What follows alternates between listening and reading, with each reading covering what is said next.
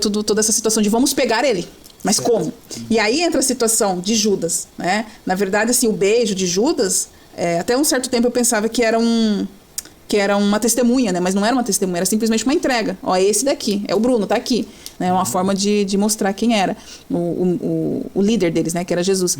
Mas e de pegar de noite, porque as multidões não estavam à noite com Jesus. Claro. Né? Porque imagine só. Ele seria protegido, entre aspas, né? Com certeza, porque ele sempre estava com a multidão. Certo. Então eles precisariam saber aonde que ele estaria num momento possível de se pegar. Né? E para evitar que a multidão viesse, porque vai que, acredito eu, manda-se 600 soldados, né, para fazer todo o show, né? E ele não oferece nenhuma resistência.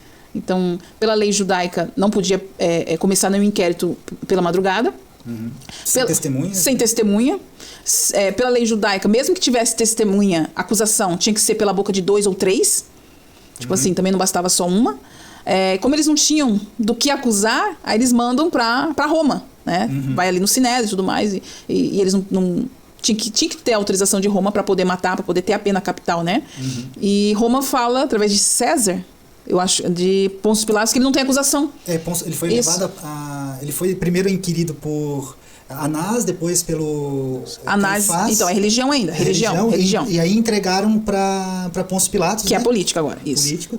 Isso. E eu acho muito bacana essa parte de Pôncio Pilatos, que é uma figura bem interessante, emblemática, né? Porque ele faz o inquérito, ele faz os questionamentos a Jesus e ele não vê crime, né? Ele não vê nenhum crime, ele na verdade, ele já tinha visões que a mulher dele... Ele adverte ele, relatou aos judeus que a mulher Cláudia já havia... tinha essas visões de que ele receberia um justo, né? E cairia na mão dele. Essa parte é bem interessante, porque ele fica com medo de estar entregando um justo e os sacerdotes pressionam e dizem que essas visões é porque ele era um feiticeiro.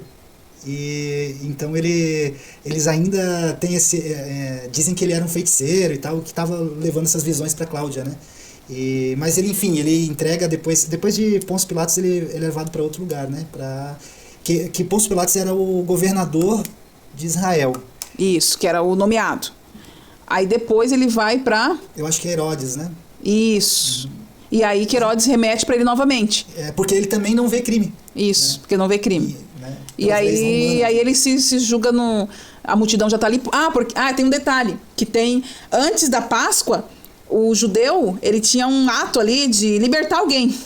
Né? Como um indulto. Um indulto, porque era Páscoa, né? Simbolizava a passagem deles, saindo do Egito, aquela história deles lá. E aí eles tinha esse ato, né? Essa coisa legal. E aí falou, bom, então vamos fazer o seguinte, vamos botar os dois. Eu acredito que até... eu acho que até o Pôncio Pilatos pensou, eles vão botar Barrabás pra secundar, porque aqui tá escrito, ele é malfeitor, ele, né? Todo mundo sabe que Barrabás é terrivelmente terrível, né? É ladrão, enfim, já não era daquele momento, né? Já desde sempre, como diz. E, surpreendentemente, talvez para Pilatos, né?